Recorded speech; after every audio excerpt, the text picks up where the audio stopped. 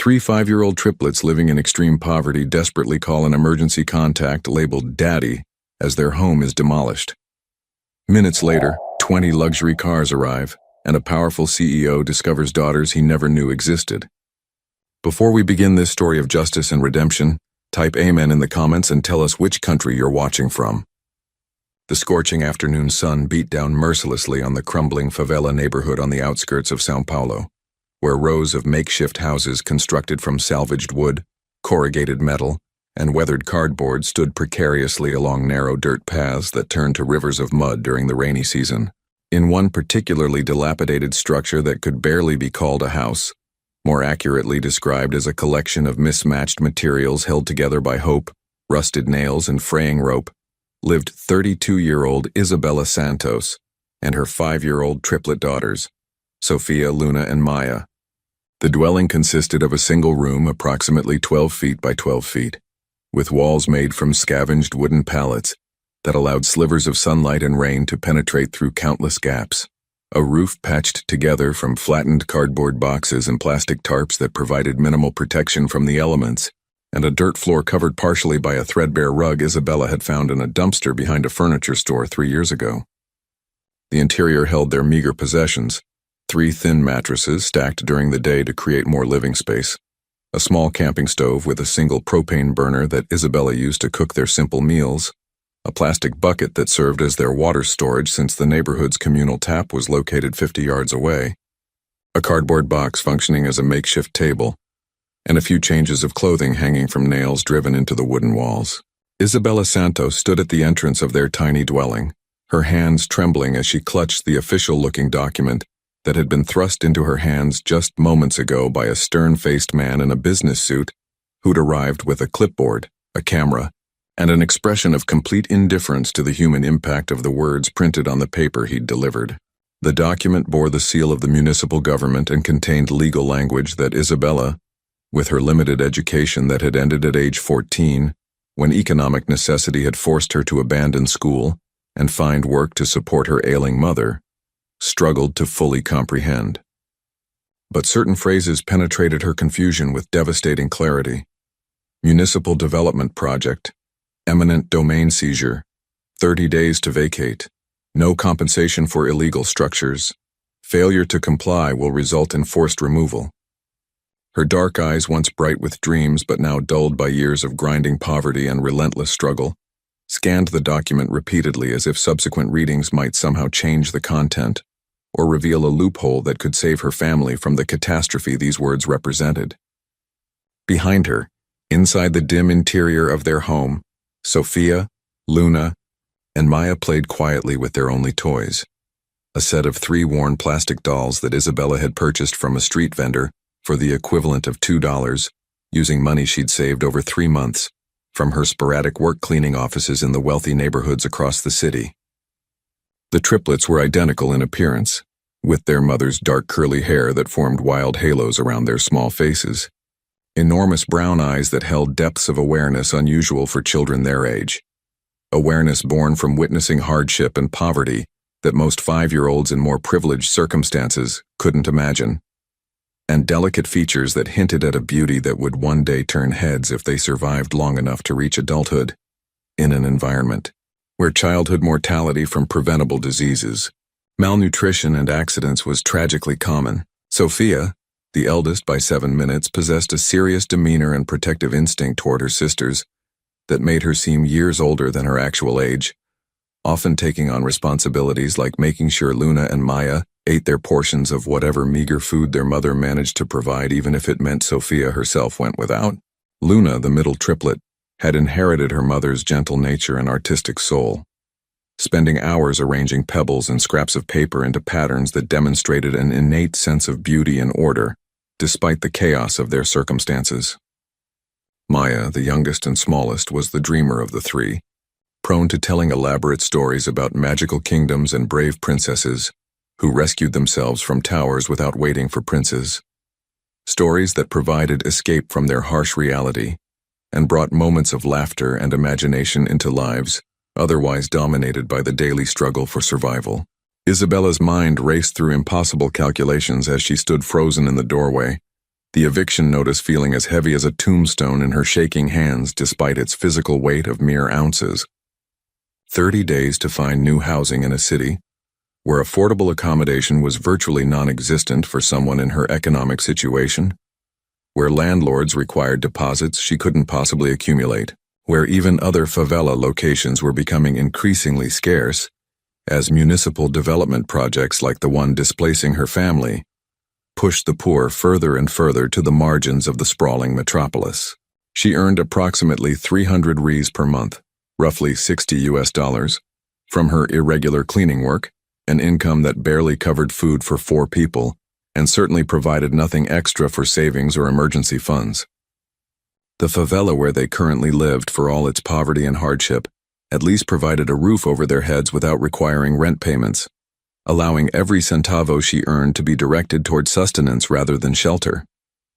Losing this place, inadequate as it was, meant losing the fragile stability that kept them from complete destitution and homelessness, a fate she'd witnessed befall other families in the neighborhood, mothers with children living under highway overpasses, sleeping in cardboard boxes in alleyways, begging at traffic lights with infants in their arms. The sound of her daughters' voices drifted from inside the house, their innocent laughter at whatever game they'd created with their 3 plastic dolls, providing sharp contrast to the devastation coursing through Isabella's mind and body. She turned to look at them through the doorway, these 3 small humans she'd brought into the world 5 years ago in a public hospital where she'd labored for 18 hours before delivering them one after another, tiny and premature but miraculously healthy, despite the inadequate prenatal care she'd received during a pregnancy marked by insufficient nutrition and continued physical labor until days before their birth. She'd named them carefully, choosing names that meant something beautiful in Portuguese and Spanish: Sophia for wisdom, Luna for the moon that provided light even in darkness, Maya for water that sustained all life. They deserved so much more than she could provide, deserved stability and education and opportunity and futures that extended beyond the grinding poverty that had defined her own life and her mother's life before her. Isabella's thoughts turned, as they often did in moments of crisis, to the man who'd fathered these 3 precious children, Alexander Steele, the billionaire CEO of Steel Industries, a man who'd swept into her life like a whirlwind during one unforgettable week 7 years ago, when she'd been working as temporary staff at a luxury hotel hosting an international business conference. She'd been 25 years old, working double shifts to support her dying mother, when she'd been assigned to clean the penthouse suite where Alexander was staying during the conference.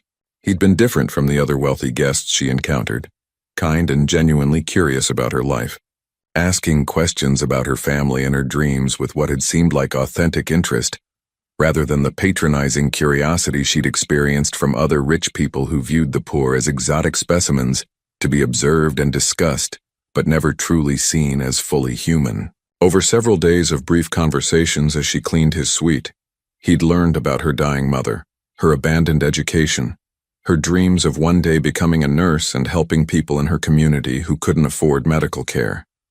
He'd listened with attention that made her feel valued and visible in ways she'd never experienced before. On his final night in São Paulo, Alexander had invited Isabella to join him for dinner, not in the hotel restaurant where his business associates would see and judge, but in his suite where they could talk privately without the class barriers that made their connection socially impossible being on public display. She'd known it was inappropriate, known that accepting could lead to complications and consequences, but something in his eyes and his voice had made her feel safe in a way she couldn't quite explain or resist. They'd talked for hours about everything and nothing, about his childhood growing up with enormous wealth and expectations that had shaped him into the driven businessman he'd become, about her childhood in poverty and the dreams she'd been forced to abandon as economic reality crushed youthful aspirations. The conversation had turned intimate, then physical, the connection between them feeling inevitable and right, despite the vast gulf in their circumstances and the reality that he would leave the next day to return to his life of power and privilege, while she remained in her world of struggle and limitation. Isabella had never expected to see or hear from Alexander again after that night. Men like him didn't maintain relationships with women like her, their encounter being the kind of brief crossing of social boundaries that wealthy men occasionally permitted themselves when traveling far from home, where their choices wouldn't impact their reputations or social standing. She'd carried the memory of that night like a precious secret. A moment when she'd felt valued and desired and seen as more than just a poor cleaning woman whose labor kept wealthy spaces pristine, but whose personhood remained invisible to most of the people she served. When she'd discovered several weeks later that she was pregnant, and not just pregnant but carrying triplets, a genetic surprise that ran in her family, she'd faced an impossible decision about whether to try to contact Alexander to inform him of the pregnancy. She'd ultimately decided against it, convinced that he either wouldn't believe the children were his, would think she was trying to trap him or extract money from him, or would offer to pay for an abortion that her Catholic faith and personal convictions wouldn't allow her to consider. So she'd carried the pregnancy alone, her mother dying 2 months before the triplets were born, leaving Isabella completely without family support or resources when Sophia, Luna, and Maya entered the world.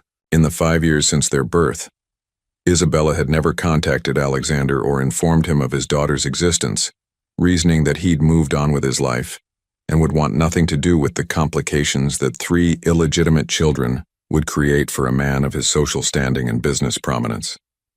But she'd kept one connection to him. She'd saved his personal phone number in her basic cell phone under the contact name Emergencia, emergency, telling herself it was there in case something catastrophic happened and the girls needed resources she couldn't provide, though she'd never actually called it even during their darkest moments of poverty, when they'd gone days without adequate food, or when one of the girls had developed a fever that had terrified Isabella with its intensity, before finally breaking on its own.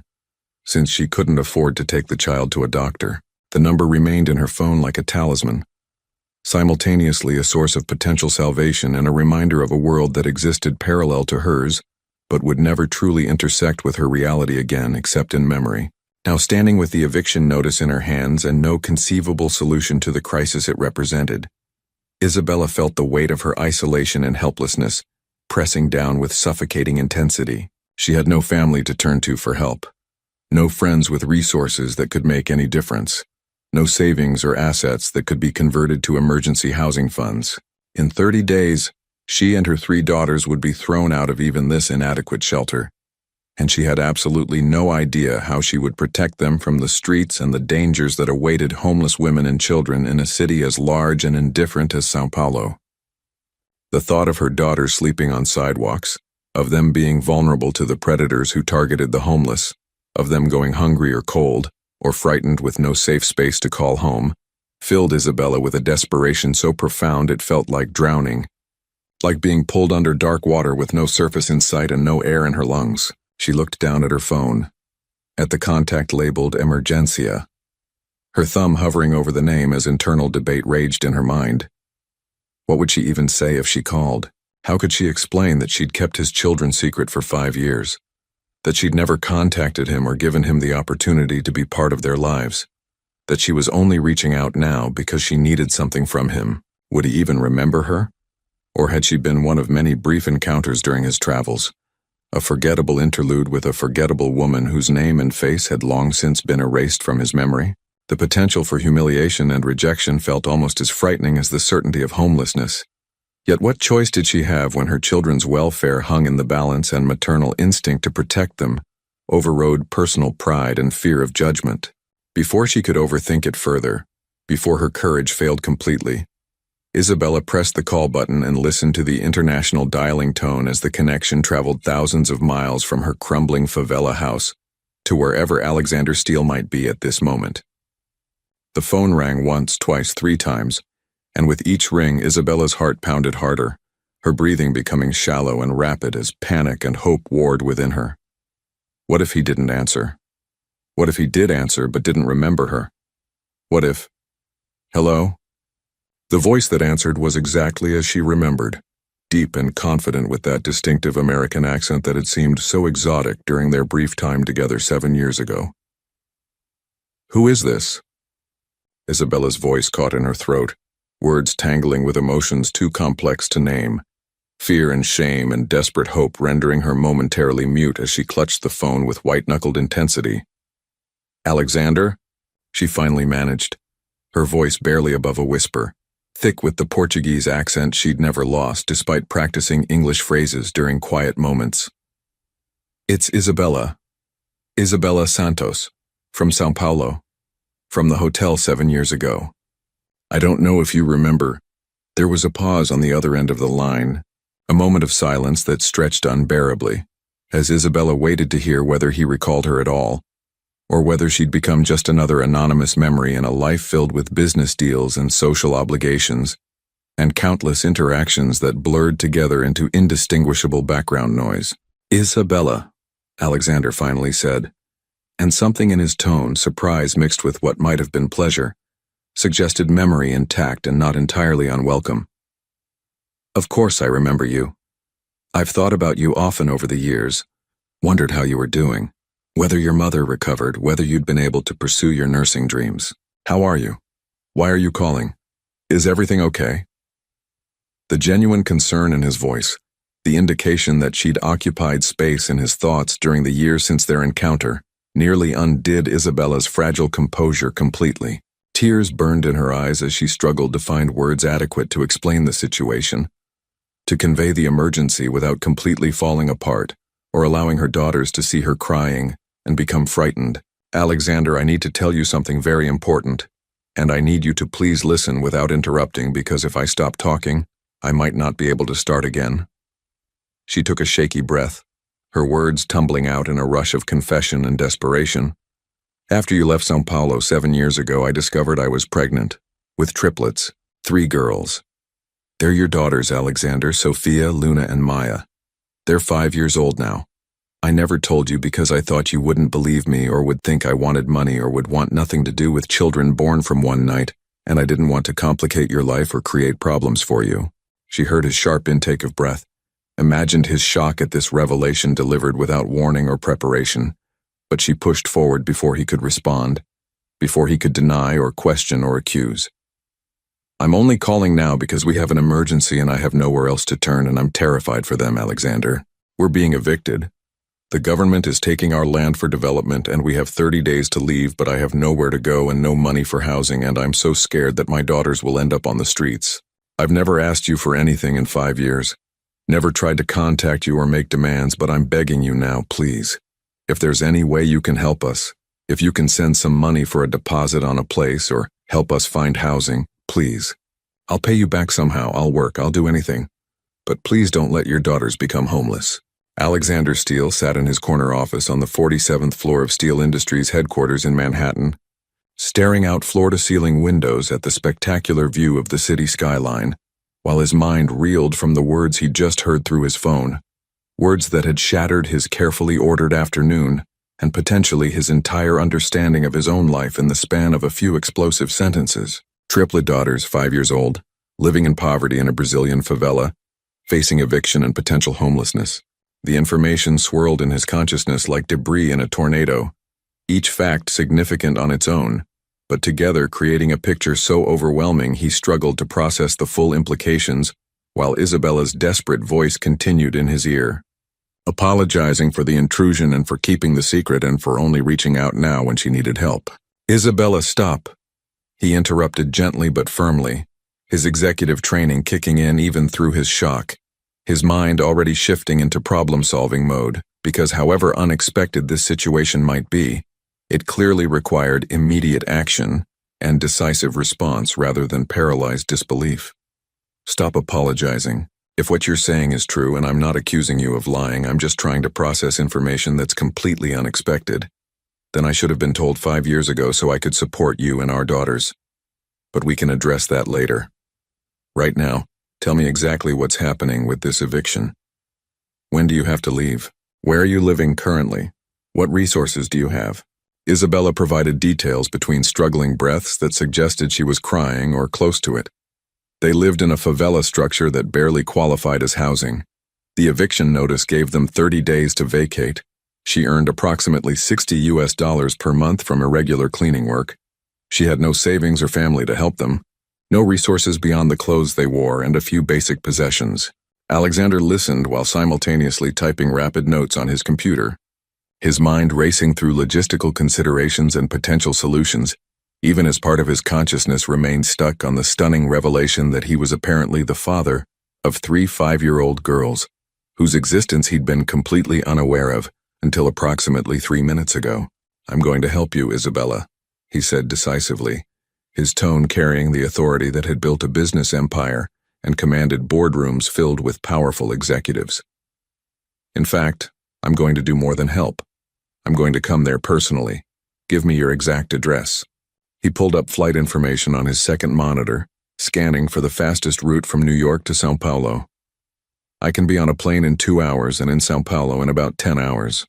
I'll bring resources and we'll figure out a permanent solution to this situation. But Isabella, I need you to understand something very clearly. If these children are mine, and I'll want DNA confirmation not because I don't trust you, but because I need legal documentation for custody and support arrangements, then they're my responsibility, and I will absolutely fulfill that responsibility completely. He heard her sobbing openly now, the sound of relief and disbelief mixing with what might have been fear about what his arrival and involvement might mean for her life and her relationship with her daughters. You don't have to come here, Alexander. If you could just wire money for housing, that would be enough. You don't need to disrupt your life. Isabella. His voice softened with an emotion he couldn't quite name, something between compassion and the beginning of a protective instinct toward children he'd never met, but who might be his own flesh and blood. If I have daughters living in poverty facing homelessness, then yes, I absolutely do need to disrupt my life. In fact, my life should have been disrupted 5 years ago when they were born. Give me your address. I'll text you when I land in São Paulo and come directly to you. She provided the address haltingly, clearly uncomfortable with him witnessing the conditions of her poverty. But Alexander assured her he didn't care about the state of her housing, only about ensuring she and the children were safe and had what they needed. After ending the call with promises to contact her soon with flight details, Alexander sat motionless for several minutes, staring at the notes he'd typed during their conversation, his mind attempting to reconcile the life he'd believed he was living with the reality that had just been revealed. He was apparently a father, not just a father, but a father of triplets. 5-year-old girls he'd never met, never held, never supported, never even known existed. Daughters living in conditions of poverty he could barely imagine, while he'd accumulated wealth beyond spending and lived in luxury that suddenly felt obscene, given what he now knew about children who shared his DNA struggling for basic survival. Isabella Santos. He did remember her, more vividly than he'd admitted during their phone call. She'd been the hotel cleaning woman who'd somehow seen past his wealth and status to engage with him as a person, rather than as the CEO persona he wore like armor in most interactions. Their conversations during that week 7 years ago had felt surprisingly genuine and intimate, given the brevity of their acquaintance and the vast gulf in their circumstances. Their night together had been unexpected, but had felt right in a way Alexander had rarely experienced in his carefully curated life of business obligations and socially appropriate relationships with women from his own economic class who understood the rules of engagement among the wealthy. He'd thought about Isabella periodically over the years, had wondered how her life had unfolded, whether she'd achieved her nursing dreams, whether her mother had survived her illness. But never, not once had he imagined that night had created 3 new lives who'd been growing up without his knowledge or support, while he'd continued building his empire and assuming his personal life was exactly as it appeared. Alexander pulled up his intercom, contacting his executive assistant with instructions that probably sounded insane, but which he delivered with the calm authority that discouraged questions or arguments. Jennifer, I need you to book me on the next available flight to São Paulo, Brazil. Private jet if possible, first-class commercial if not. I'll be leaving within 2 hours and I'm not sure when I'll be returning. Clear my schedule for the next week minimum, postpone or delegate anything that can't wait, and tell the board I've had a family emergency that requires immediate personal attention. Also, I need you to compile contact information for the best family law attorneys in Brazil who speak English and can handle international custody and support matters, and find me information on reputable DNA testing services in São Paulo that can provide results quickly. He could hear the confusion in Jennifer's voice as she confirmed the unusual requests, but to her credit, she didn't ask for details or express the curiosity she must have felt about what could possibly constitute a family emergency for a man who had no known family beyond a distant cousin in California he hadn't spoken to in 5 years. Alexander had built his business empire essentially alone after his parents died in a car accident when he was 23, leaving him their modest wealth, which he'd grown exponentially over the following 17 years through shrewd investments and aggressive business expansion. He'd never married, never had serious long-term relationships that progressed beyond a few months before his workaholic tendencies and emotional unavailability, legacies of a childhood where affection was rationed and achievement was the primary currency of parental approval, inevitably drove women away. He'd convinced himself he was content with his life of work and wealth and the surface pleasures that money could buy, never acknowledging the emptiness that sometimes crept in during quiet moments when business achievements felt hollow. And he wondered what he was actually building all this wealth for when he had no one to share it with or leave it to when he eventually died. Now suddenly, he potentially had 3 daughters, 3 children who needed him, who were his responsibility regardless of how shocking and unexpected their existence might be. Alexander felt something shifting in his chest, some long frozen part of himself beginning to thaw as paternal instinct he'd never known he possessed started to emerge. He pulled up Google and typed, "Favelas, São Paulo, Brazil," wanting to understand the conditions his daughters were apparently living in. The images that appeared on his screen, densely packed makeshift houses, children playing in trash-strewn streets, poverty and hardship visible in every photograph, made his stomach clench with guilt and horror. His children were living like this while he sat in climate-controlled luxury, 47 floors above Manhattan streets, surrounded by wealth he couldn't spend in 10 lifetimes. The injustice of it, the sheer wrongness, struck him with physical force. He opened his desk drawer and pulled out his passport, thankful he kept it in the office for the frequent international business travel his position required. As he prepared to leave, packing the minimal essentials he'd need for a trip whose duration and ultimate outcome remained uncertain, Alexander's phone buzzed with a text message. Unknown number, São Paulo area code. His heart rate accelerated as he opened the message, wondering if Isabella was already regretting her call and trying to tell him not to come. But the message wasn't from Isabella. It was a photograph. 3 small faces looked out at him from his phone screen, identical little girls with enormous dark eyes, curly black hair, and delicate features that made his breath catch in his throat. They wore faded, ill-fitting clothes and stood in front of what appeared to be a makeshift wooden wall, but their faces glowed with innocent beauty, and something in their eyes, an awareness, a depth, reached across the distance and grabbed his heart with surprising intensity. The text below the photo read, "Sophia, Luna, and Maya, your daughters. So you know who you're coming to help. Thank you for not hating me. Thank you for caring about them. Isabella." Alexander stared at the photograph for a long moment, studying each small face, looking for traces of himself in their features. He saw some. The shape of Sophia's nose, the set of Luna's jaw, something about Maya's expression that reminded him of his own childhood photographs. But mostly he saw vulnerability and need. 3 small humans who deserved safety and opportunity, and all the advantages his wealth could provide. He saved the image to his phone, protecting it like the precious thing it was. His first glimpse of daughters he hadn't known existed until minutes ago, but who already felt important in ways he couldn't quite articulate or fully understand. Within 90 minutes, Alexander was seated in the first-class cabin of a commercial flight to São Paulo, private jets being unavailable on such short notice, his laptop open as he worked on emergency planning between periodic glances at the photograph Isabella had sent.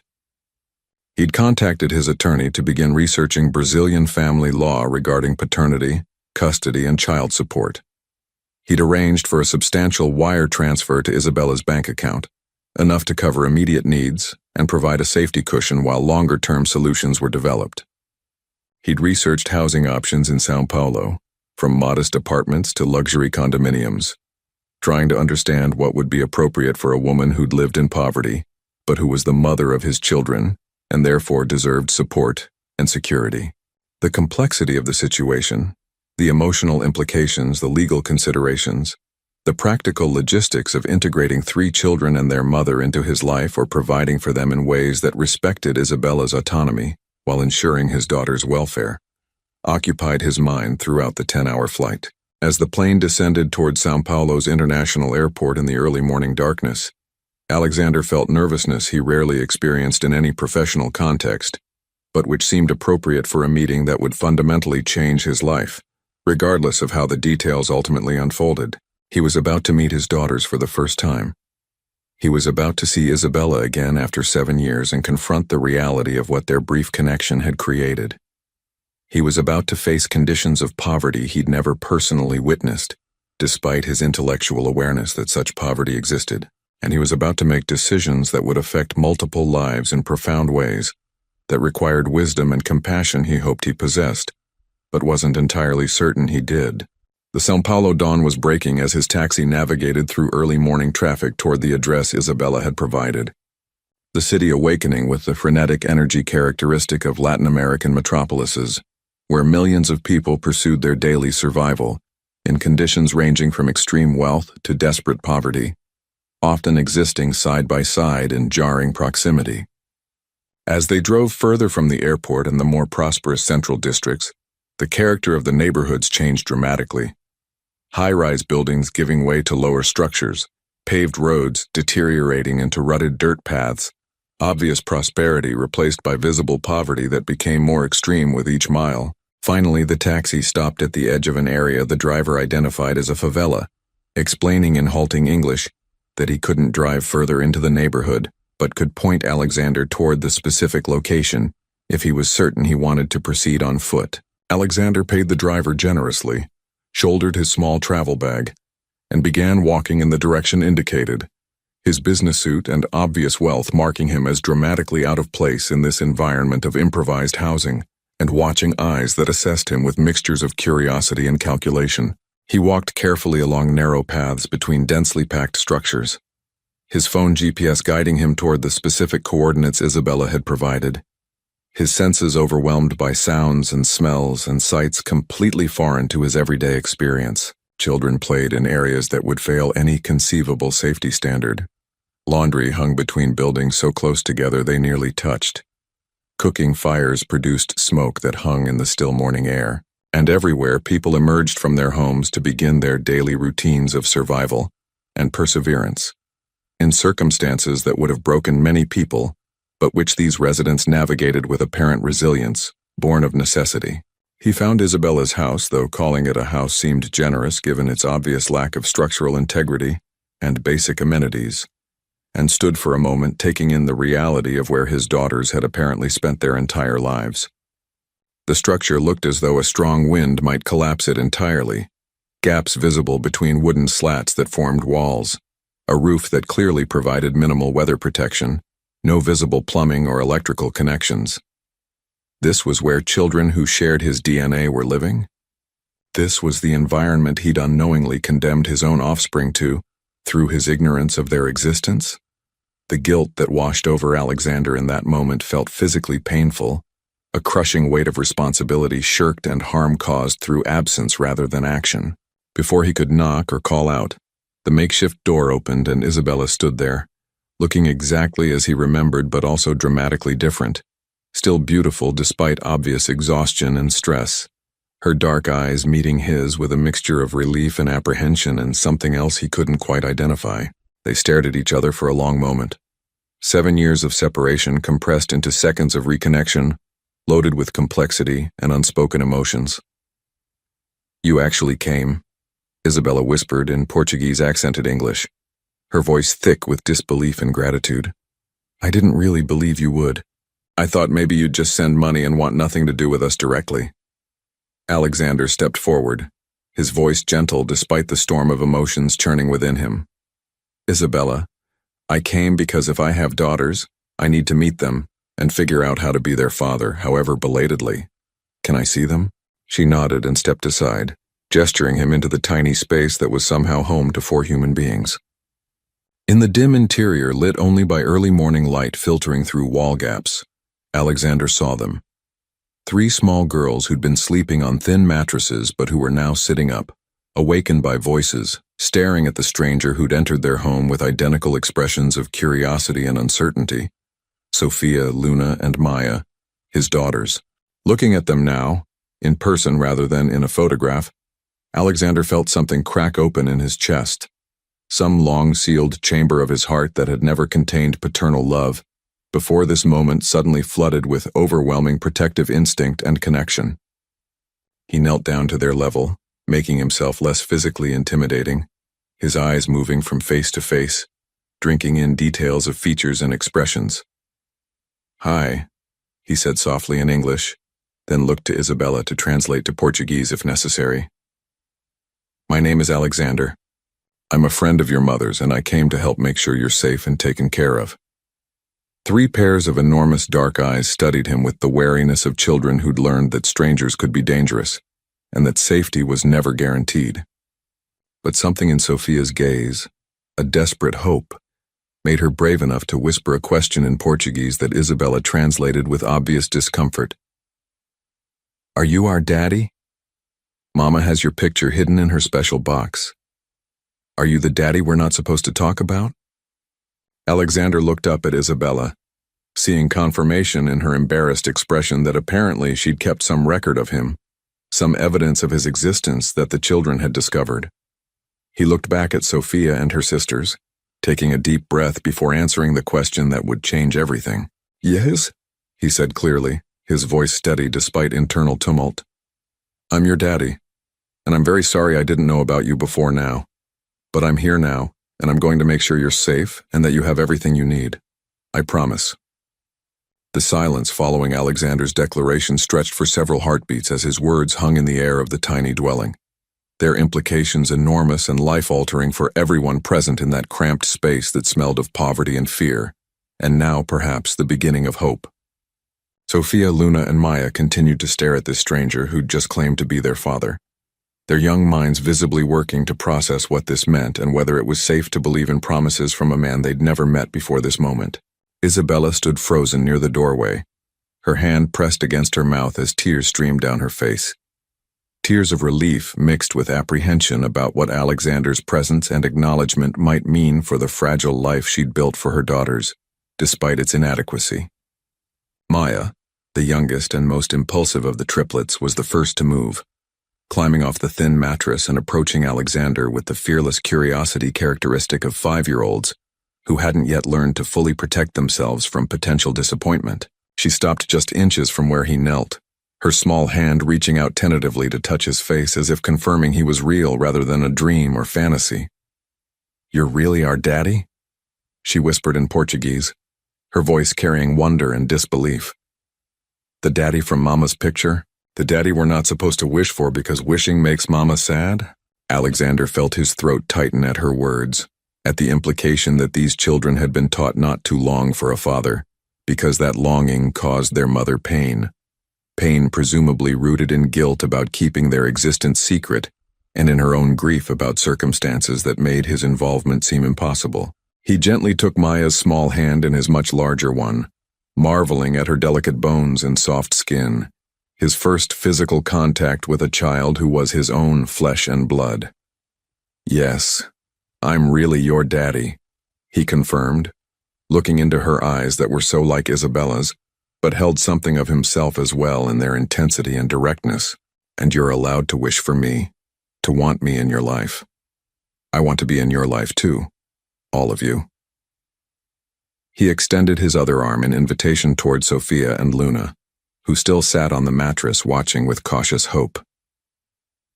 "Can I have a hug? I've missed 5 years of hugging my daughters, and I'd like to start making up for that if you're willing." Luna moved next, approaching more slowly than her sister, but with obvious yearning for the father figure she'd presumably dreamed about, despite being told such dreams were forbidden.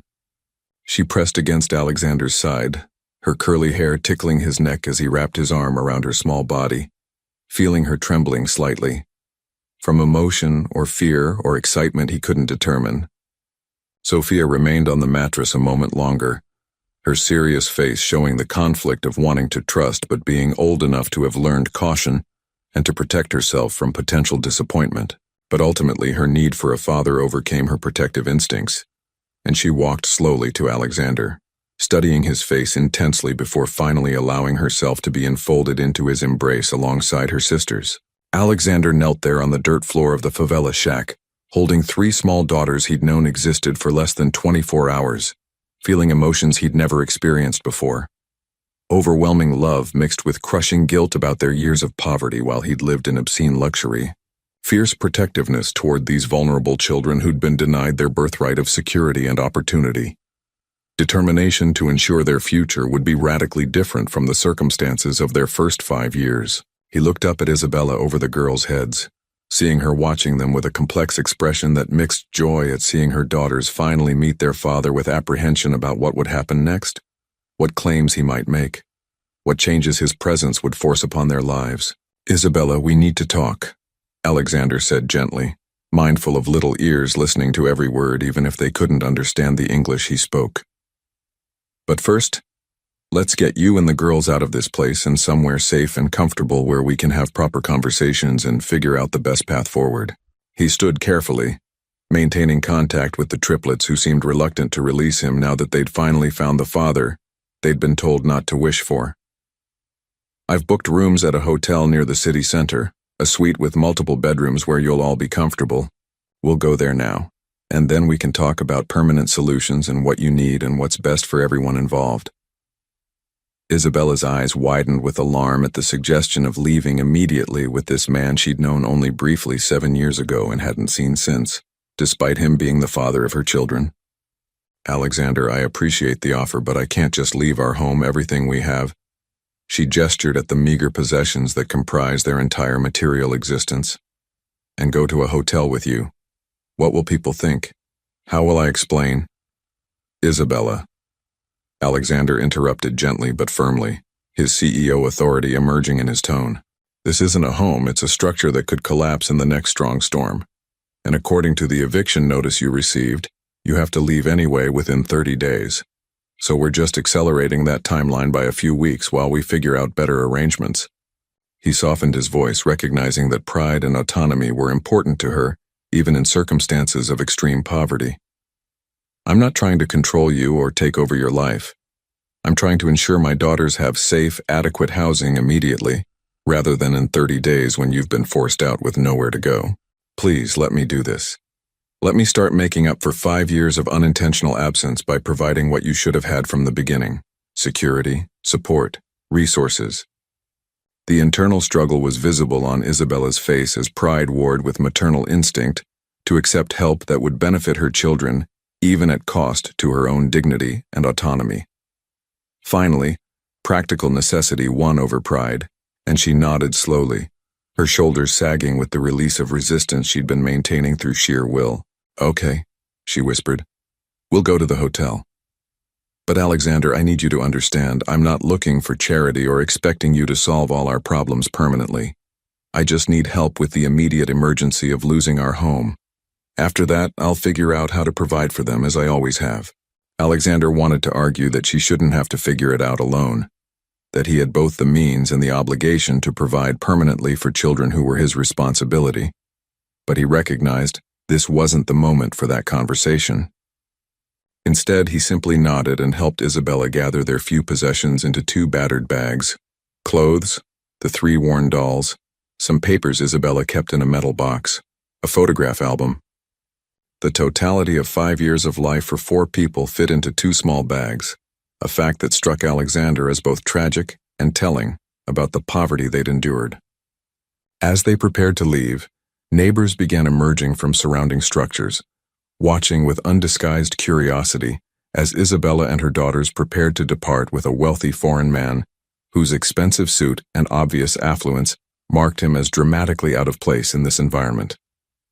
An elderly woman approached Isabella, speaking in rapid Portuguese that Alexander couldn't follow, but which clearly expressed concern about whether Isabella was making a safe choice. Isabella responded with what sounded like reassurances, gesturing to the triplets and then to Alexander, eventually satisfying the woman enough that she stepped back with a cautionary nod that suggested she'd be watching to ensure Isabella's welfare. The walk out of the favela with his new family felt surreal to Alexander, like stepping between 2 completely different worlds that existed in the same city, but might as well have been on different planets for how disconnected they were from each other. Residents watched their progression with expressions ranging from curiosity to judgment to hope, perhaps seeing in this wealthy stranger a potential rescue for one of their own. A rare breach of the barriers that usually kept the extremely poor and the extremely wealthy from meaningful interaction. The triplets walked close to their mother, occasionally glancing up at Alexander with mixtures of curiosity and shyness, still processing the revelation that this stranger was their father, and that their lives were apparently about to change in ways they couldn't yet comprehend. The taxi Alexander had arranged to wait at the favela's edge stood out dramatically against the backdrop of poverty, its clean exterior and running engine representing a level of resource that most residents of this neighborhood would never personally possess. The driver's eyebrows raised slightly, seeing Alexander emerge from the favela with a woman and 3 children. Clearly not what he'd expected when he'd been paid generously to wait. But he opened doors without comment as Alexander helped Isabella and the girls into the back seat before climbing into the front passenger seat himself. The drive into São Paulo's central district provided stark visual representation of the city's economic inequality as neighborhoods transformed from desperate poverty to obvious prosperity over the span of just a few miles. The triplets pressed their faces against the windows, staring with wide eyes at sights that were clearly foreign to their everyday experience.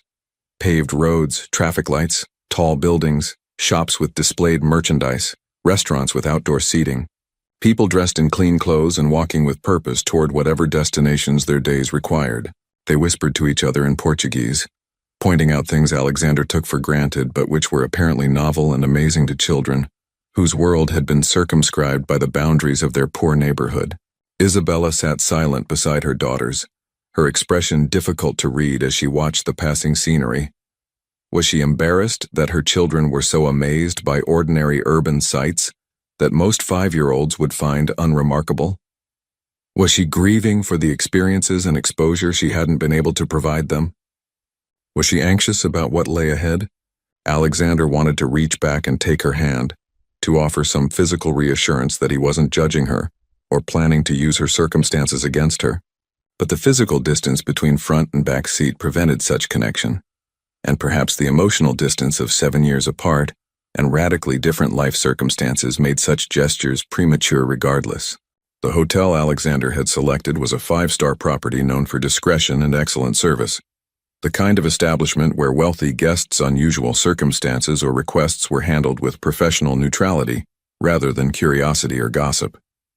The staff showed no reaction to Alexander arriving with a woman and 3 children, who were obviously not typical guests, based on their worn clothing and wide-eyed wonder at the lobby's marble floors, crystal chandeliers, and elaborate flower arrangements that probably cost more than Isabella earned in 3 months. The manager personally escorted them to a suite on the 20th floor, pointing out amenities and explaining how to access room service, concierge assistance, and other services included in their accommodation. Once alone in the suite, Isabella and the triplets stood frozen in the living area, taking in surroundings that were clearly beyond anything in their previous experience. The space was larger than many apartments, with floor-to-ceiling windows offering spectacular views of the São Paulo skyline, furniture that looked expensive and pristine, a kitchen area with modern appliances and doorways leading to multiple bedrooms, each with its own bathroom. Sophia, Luna, and Maya began exploring tentatively, opening doors and touching surfaces as if afraid everything might disappear if they moved too quickly or presumed too much. "The master bedroom is for you and the girls," Alexander explained to Isabella, gesturing toward the largest of the suite's bedrooms. "I'll take the smaller second bedroom. There's a pull-out sofa if we need additional sleeping space. The refrigerator is stocked with basics, but we can order room service for meals or go out to restaurants if you prefer. Everything is already paid for, so please don't worry about costs or asking for things you need." Isabella moved to one of the large windows, looking out at the city spread below them, her reflection in the glass showing tears streaming down her face, though she made no sound of crying. "I never imagined," she whispered, her English heavily accented but understandable. "Never imagined my daughters in a place like this. Never thought they'd have soft beds and clean bathrooms and more food than they could eat. I tried so hard to give them good lives with what I had. But it was never enough. Never even close to what children deserve." Alexander moved to stand beside her, careful not to crowd her space but wanting to offer proximity and support. Isabella, you kept 3 children alive and healthy in circumstances that would have defeated many people. That's not nothing. That's incredible strength and devotion. But you shouldn't have had to do it alone. And I'm sorry that my ignorance of their existence meant you carried that burden by yourself for 5 years. Going forward, things will be different. We'll figure out arrangements that work for everyone. Support for you, security for the girls, a relationship between them and me that develops naturally without forcing anything. He paused, choosing his next words carefully because they carried implications that needed to be clear from the beginning. I want to be very transparent about my intentions. I'm going to have DNA tests done, not because I doubt you, but because I need legal documentation for custody arrangements and financial support structures. Once paternity is confirmed, I want to establish formal child support that ensures the girls have everything they need. I'd also like to develop a relationship with them, to be an actual father rather than just a financial provider, if that's something you're comfortable with. Isabella turned from the window to face him directly, her tear-stained face showing exhaustion and relief and lingering anxiety about surrendering the complete control over her daughter's lives that had been hers by default during their years of paternal absence. I'm comfortable with that, she said quietly. They deserve to know their father. They deserve to have you in their lives. I was wrong to keep them secret for so long. Wrong to let pride and fear prevent me from giving you the choice to be involved. I'm sorry for that, Alexander. I'm sorry I robbed you of 5 years of their lives and robbed them of 5 years of having a father. We can't change the past, Alexander replied gently. We can only move forward and try to do better going forward. So let's focus on that, on building a future for Sophia, Luna, and Maya that gives them opportunities and security and love from both their parents, even if their parents aren't together. He glanced toward where the triplets were exploring the master bedroom, their excited voices carrying through the open door as they discovered the large bathtub, the television, the closets that seemed enormous compared to the nails-on-walls storage system they'd known before. Do they understand English at all? Or should we arrange for a translator for important conversations? They understand very basic English. I taught them what I know, which isn't much, but for anything important, Portuguese would be better, or having a translator, Isabella confirmed. They're smart though, they learn quickly.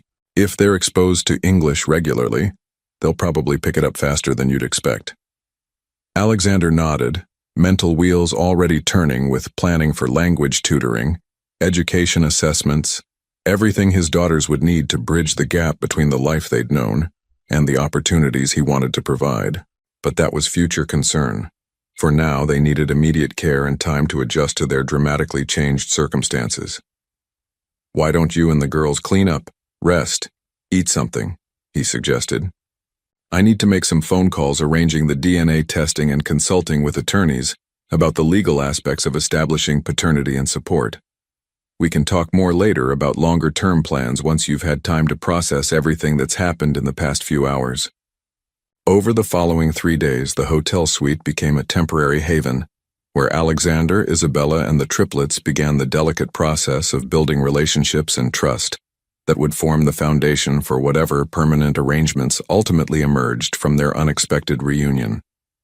Alexander arranged for a discreet DNA testing service to come to the suite, the technician efficiently collecting cheek swabs from himself and each of the girls with minimal intrusion and maximum professionalism, promising results within 48 hours, though Alexander suspected his generous payment might accelerate that timeline even further.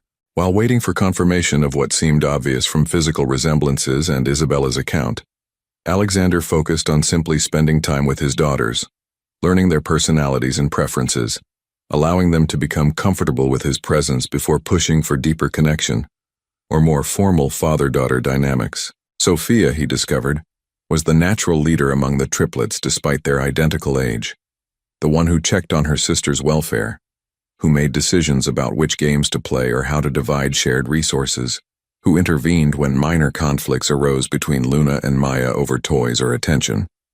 She was also the most cautious about accepting Alexander's presence, maintaining a slight reserve even as her sisters warmed to him more quickly, as if she understood more fully than they did that his arrival represented enormous change with uncertain implications for their lives.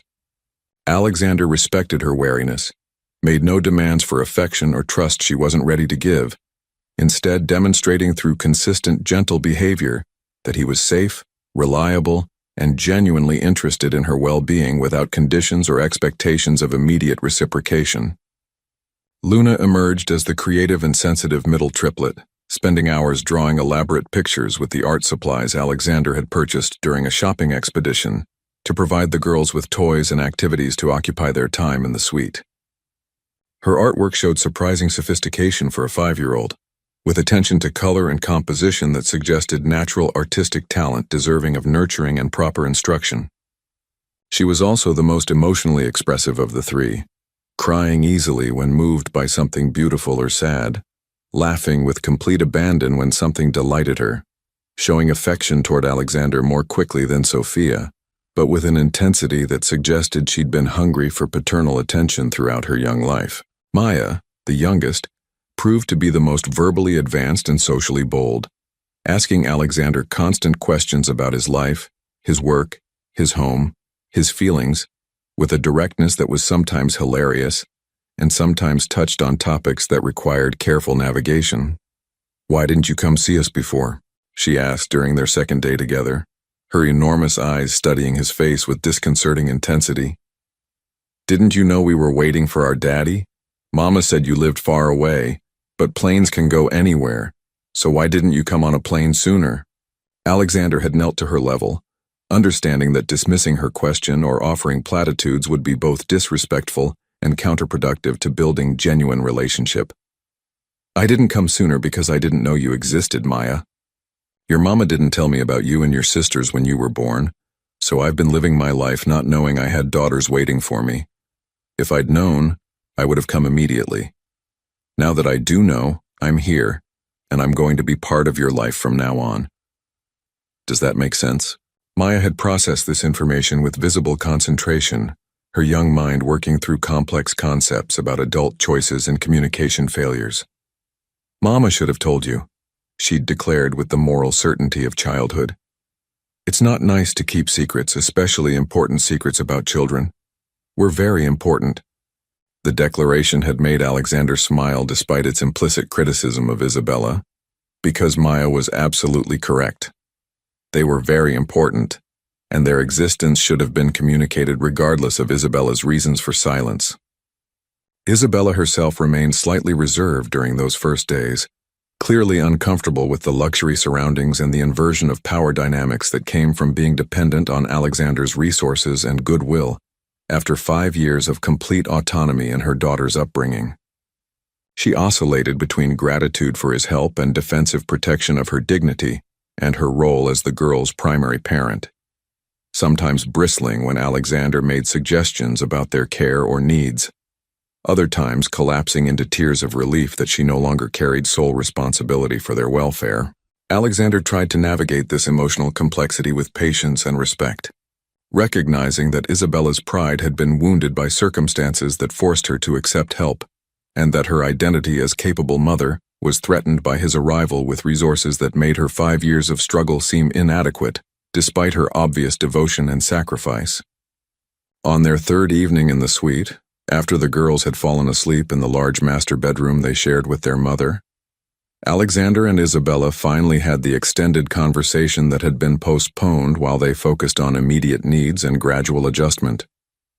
They sat in the suite's living area, coffee and tea on the table between them, the São Paulo night sparkling through the floor-to-ceiling windows behind them. "The DNA results came back this afternoon," Alexander began, pulling up the email on his phone and showing her the official documentation confirming with 99% certainty that he was the biological father of Sophia, Luna, and Maya Santos.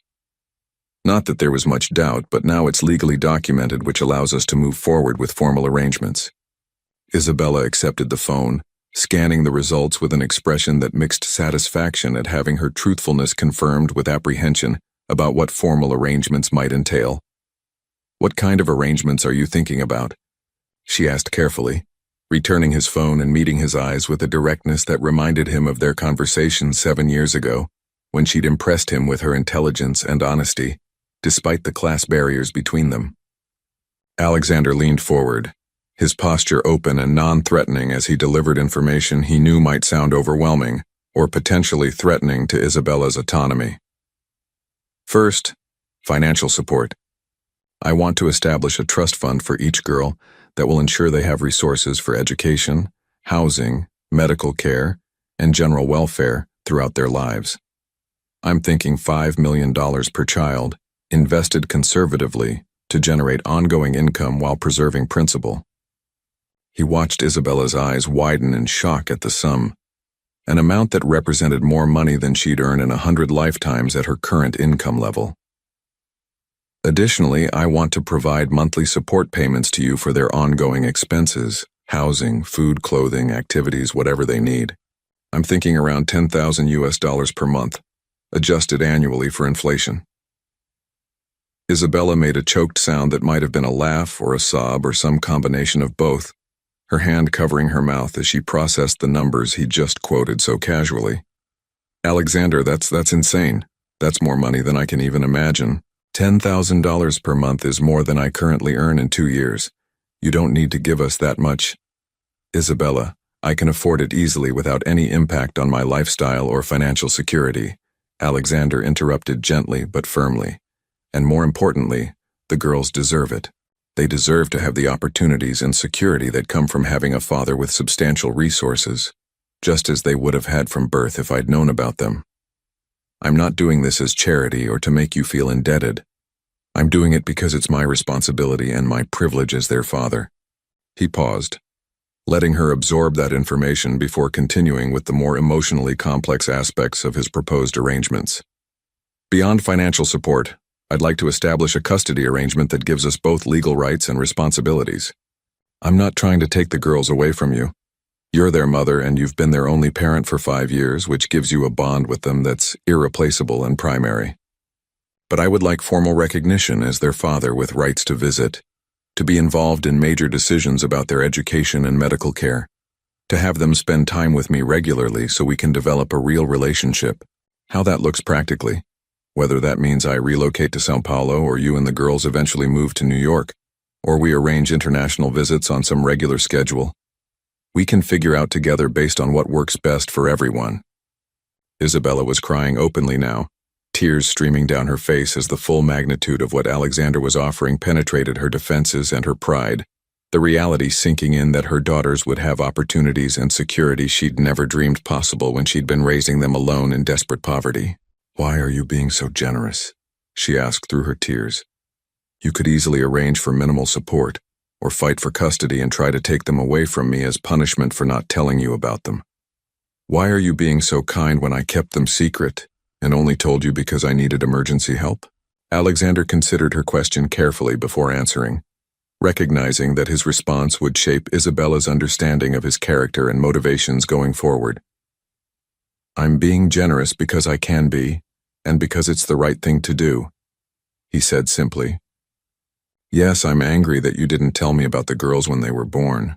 Angry that I missed 5 years of their lives and angry that they lived in poverty when they could have had security. But I also understand why you didn't tell me. You thought I wouldn't believe you or wouldn't care, or would make your life difficult rather than supportive. And honestly, Isabella, I don't know what kind of person I was 7 years ago or how I would have reacted to news of an unexpected pregnancy from a brief encounter. Maybe you were right to keep them secret based on who I was then." He leaned back, his expression thoughtful as he continued. "But regardless of past choices or mistakes, what matters now is doing right by Sophia, Luna, and Maya going forward. They deserve the best possible lives, which means financial security, educational opportunities, stable housing, 2 parents who love them and cooperate in their upbringing even if those parents aren't together romantically. Fighting with you or punishing you doesn't serve their interests. It would only create conflict and instability that would harm them. So I'm choosing to focus on the future rather than dwelling on past grievances. Does that make sense?" Isabella nodded slowly, using a tissue to wipe her tears while struggling to compose herself enough to continue the conversation. "It makes sense. It's more than fair. It's incredibly generous and kind, and I'm grateful beyond words, Alexander. Thank you for not making this adversarial, for not using your wealth and power to intimidate me or take my daughters away. Thank you for recognizing that even though we lived in poverty, I loved them desperately and tried my best to give them good lives with the resources available to me. I know you did, Alexander assured her warmly. Anyone who sees how healthy and happy they are despite their circumstances can see that you've been a devoted mother who protected them and nurtured them as best you could. Now you'll be able to parent them with adequate resources instead of having to choose between food and safety, between education and healthcare. You'll be able to just love them and guide them without the constant stress of survival-level poverty. That's what I want for you as much as for them. Freedom from the desperate circumstances that made every day a struggle. They talked for hours more that evening, working through practical details of immediate next steps while acknowledging that longer-term arrangements would require more time, legal consultation, and ongoing negotiation as circumstances evolved. Alexander explained that he'd already consulted with Brazilian family law attorneys who'd advised that establishing legal paternity and custody arrangements would require court filings and potentially several months of legal process, but that in the meantime he could provide financial support voluntarily and begin developing his relationship with the girls without waiting for formal legal recognition. Isabella agreed to these plans, her initial defensiveness and suspicion giving way to tentative trust, as she recognized that Alexander's intentions were genuinely focused on the girl's welfare, rather than on controlling her or punishing her for her years of secrecy. "What about housing?" Alexander asked as their conversation wound toward its conclusion in the early morning hours. "Obviously you can't go back to the favela, especially now that you have resources for something better. What would you like? An apartment in a safe neighborhood with good schools? Something larger where you'd have space and privacy? I can either purchase something outright in your name or cover rent for wherever you'd like to live.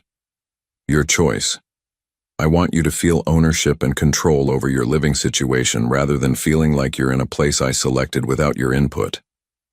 Isabella considered the question carefully, visibly overwhelmed by having choices where previously she'd had none, trying to imagine what kind of housing would be appropriate for her new circumstances.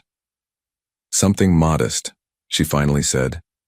"Not luxury like this hotel, which is beautiful but doesn't feel like somewhere we'd be comfortable long-term. Just a regular apartment in a safe neighborhood with decent schools, maybe 3 bedrooms so each of the girls can eventually have their own room as they get older. With a kitchen where I can cook our meals and a bathroom with a real shower and toilet that we don't have to share with other families. That would be more than enough. That would be a dream compared to what we had." Alexander nodded, already mentally planning to have his attorney or a real estate agent begin searching for appropriate properties that met Isabella's modest specifications while also ensuring quality and safety that his daughters deserved. "We'll find something perfect," he promised. "And Isabella, while I respect your desire for modesty, please don't underestimate what you deserve or what would be appropriate for the mother of my children. You don't need to live in luxury if that's not comfortable for you, but you also don't need to settle for barely adequate out of some misplaced sense that you don't deserve better. You kept our daughters safe and healthy for 5 years in circumstances that would have broken many people. You deserve comfort and security as much as they do." The conversation ended with tentative plans established for the coming weeks. Continue staying in the hotel suite while apartment hunting and legal paperwork progressed. Arrange for the girls to be enrolled in a quality private school where they could begin proper education they'd missed while living in the favela. Schedule regular activities where Alexander could spend time with his daughters, and begin building genuine relationships with each of them. Isabella would have autonomy and decision-making authority as primary parent, but Alexander would be involved and consulted on major choices affecting the girls' welfare. Financial support would begin flowing immediately, giving Isabella access to resources she'd never dreamed of having but which Alexander considered basic responsibility for his children's care. As Alexander finally retired to his separate bedroom in the early pre-dawn hours, he felt cautiously optimistic about the situation despite its complexity and the enormous adjustments it would require for everyone involved. He had daughters, 3 beautiful, intelligent little girls who deserved everything he could provide and more. Their existence had upended his life in the span of 1 phone call, but as he'd spent these past 3 days getting to know them, he'd discovered that fatherhood felt right in ways he hadn't anticipated. filling empty spaces in his life he hadn't realized existed until Sophia, Luna, and Maya had appeared to occupy them. The path forward would require patience, flexibility, ongoing negotiation with Isabella, and significant changes to his lifestyle and priorities. But looking at the situation from where he stood now, Alexander couldn't imagine any other choice or response than complete commitment to being the father these girls had needed from birth, but were only now receiving through circumstances both tragic and fortunate. 6 weeks later, Alexander stood in the living room of a comfortable 3-bedroom apartment in a safe São Paulo neighborhood called Pinheiros, watching as Sophia, Luna, and Maya explored their new home with excitement that warmed his heart and reminded him daily why every change he'd made to his life for their sake was worth the disruption and complexity. The apartment Isabella had ultimately selected hit the balance she'd requested. Nice but not ostentatious, spacious enough for 4 people to live comfortably, but not so large it felt empty or pretentious, located in an area with good schools, parks, public transportation, and the kind of neighborhood amenities that characterized middle class rather than extreme wealth.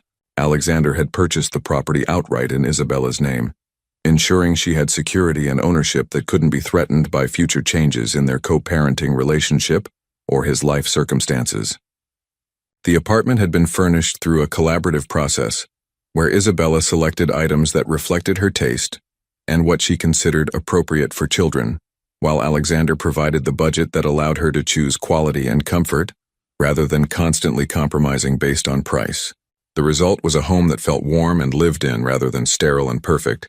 Comfortable sofas in the living room, a dining table large enough for family meals, bedrooms for each girl decorated according to their individual preferences, a kitchen with modern appliances that Isabella was still learning to operate after years of cooking on a single-burner camp stove.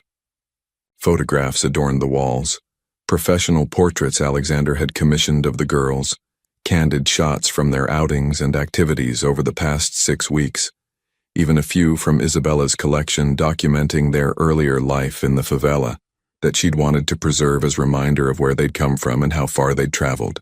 The triplets had adapted to their new circumstances with resilience that amazed Alexander, even as it saddened him to recognize that children living in poverty learned early to be flexible and to protect themselves from hoping too much for fear of inevitable disappointment.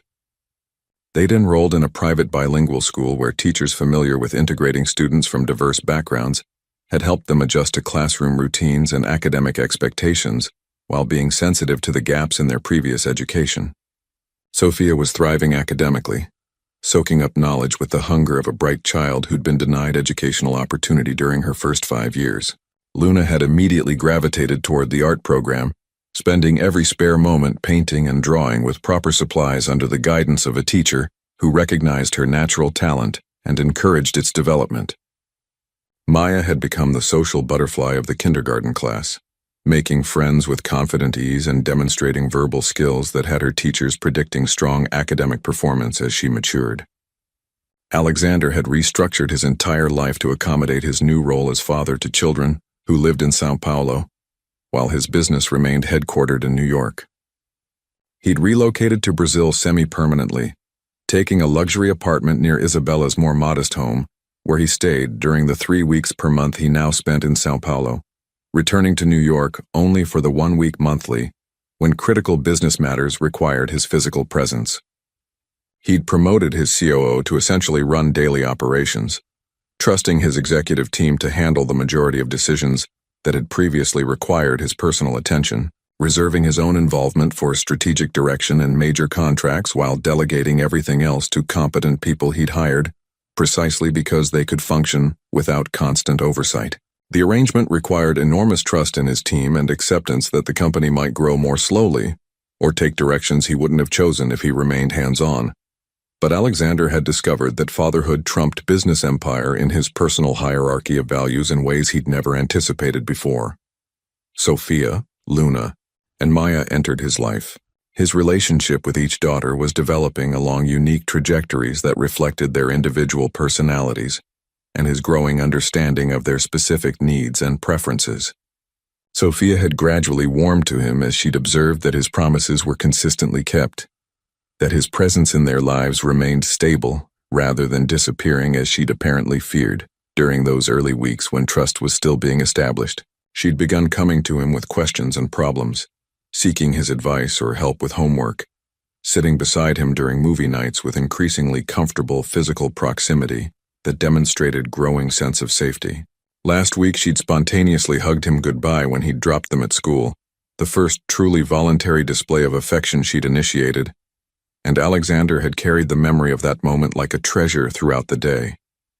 Luna had bonded with him through their shared appreciation for art and beauty, Alexander taking her to museums and galleries on weekends where she'd stand transfixed before paintings and sculptures, asking questions about technique and meaning that showed sophisticated aesthetic awareness. He'd arranged for private art lessons with an accomplished local artist who'd been delighted to work with a student who showed such natural talent and enthusiasm. Luna had begun creating drawings specifically for Alexander, presenting them with shy pride and glowing visibly when he'd praised her work, and had several pieces professionally framed to hang in his apartment, demonstrating that he valued her art and her creativity as worthy of respect and display. Maya had attached to Alexander most quickly and completely, perhaps because her bold personality made her less cautious about trusting and more willing to risk potential disappointment in exchange for the father-daughter relationship she'd openly longed for even before knowing he existed. She'd begun calling him Daddy within days of their meeting, had insisted on video calls every evening when he was in New York, had demanded his presence at school events and weekend activities with an intensity that was sometimes exhausting, but which Alexander cherished as evidence of her love and her sense that he was truly her father, rather than a distant benefactor. She had also begun asking questions about his life in New York, about his home and his work. Clearly curious about the father who appeared and disappeared from their lives on monthly cycles, but whose presence during his São Paulo weeks was consistent and engaged. Isabella herself had undergone dramatic transformation during these 6 weeks. The crushing weight of poverty-driven stress lifting as financial security allowed her to focus on motherhood and personal development, rather than constant survival mode. Alexander had encouraged her to pursue education or career training if she wished, offering to fund whatever programs interested her, and after initial hesitation, she'd enrolled in nursing courses at a local community college, finally pursuing the dream she'd abandoned at age 14, when economic necessity had forced her into menial labor. She attended classes 3 mornings per week while the girls were at school, studying with the intensity of someone who'd been denied educational opportunity for too long and was determined to maximize this second chance. Her confidence had grown visibly as she'd accomplished coursework and received positive feedback from instructors, and Alexander had watched her blossom in ways that suggested how much potential had been suppressed by years of grinding poverty and diminished expectations. The relationship between Alexander and Isabella themselves remained somewhat complicated, defined primarily by their shared focus on the girls rather than by any romantic connection, despite the intimacy that naturally developed between co-parents, navigating major decisions and spending significant time together. They'd established patterns of collaboration and mutual respect, consulting each other about educational choices, medical appointments, discipline issues, and the 1,000 small decisions that comprised raising children. They'd developed communication routines, daily text updates about the girls' activities and needs, weekly planning conversations about upcoming schedules, monthly deeper discussions about developmental concerns or longer-term planning. But they maintained separate lives and clear boundaries about their personal autonomy. Isabella dating occasionally, though nothing serious had developed. Alexander similarly available but uninterested in romantic complications that might interfere with his focus on his daughters during this crucial period of relationship building. The legal proceedings establishing paternity and formal custody arrangements had progressed through Brazil's family court system with efficiency, enabled by Alexander's resources for excellent legal representation and by Isabella's complete cooperation rather than contestation of his paternity claims or custody requests.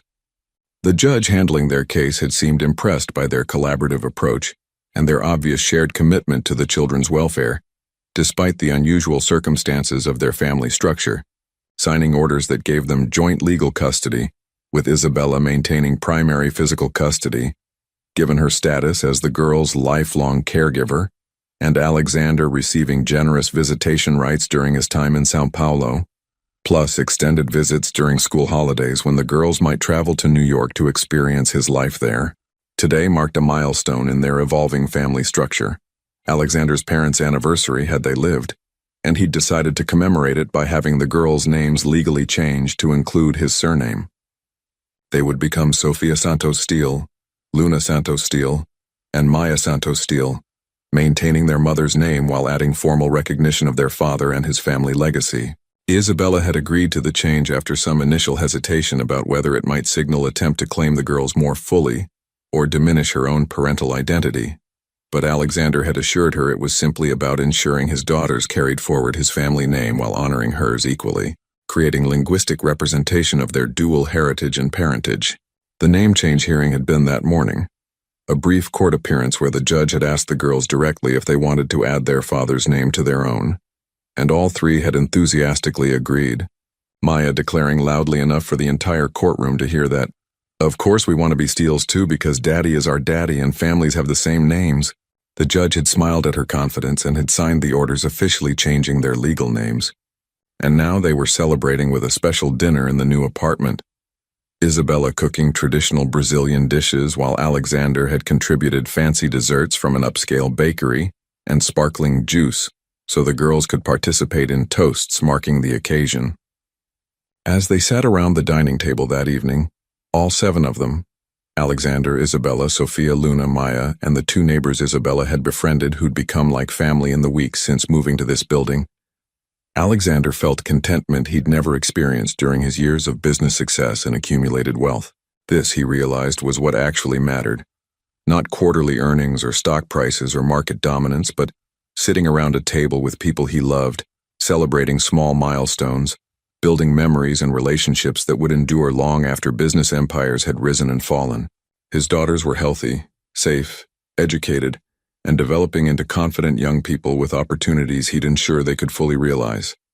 Their mother was pursuing her own dreams while providing them with stable, loving care. And he was present in their lives rather than absent, involved rather than ignorant, building connections that would hopefully deepen over years and decades ahead. "Daddy, tell the story again about how you came to save us," Maya demanded from her seat beside him, her face eager for the narrative she'd requested multiple times already, and apparently never tired of hearing. "About how Mama called you and you came on the airplane and found us in the broken house."